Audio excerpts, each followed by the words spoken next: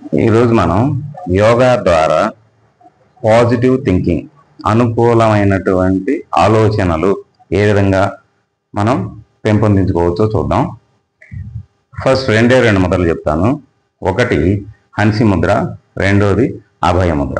హన్సి ముద్ర ఏ విధంగా చేస్తారో చూద్దాం. ఇది అర్ధపద్మాసనం.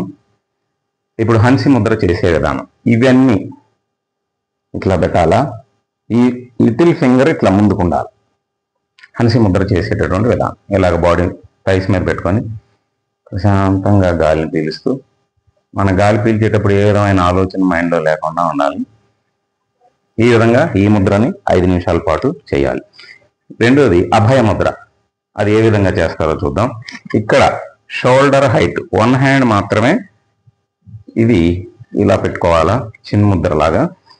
ఇది దీనికి టచ్ చేయాలి, దీనికి టచ్ అవ్వాలి.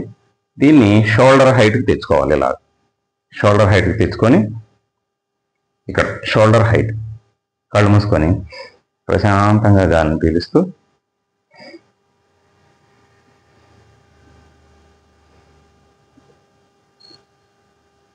ఈ విధంగా ఈ ముద్రని 5 నిమిషాల పాటు చేయాలి.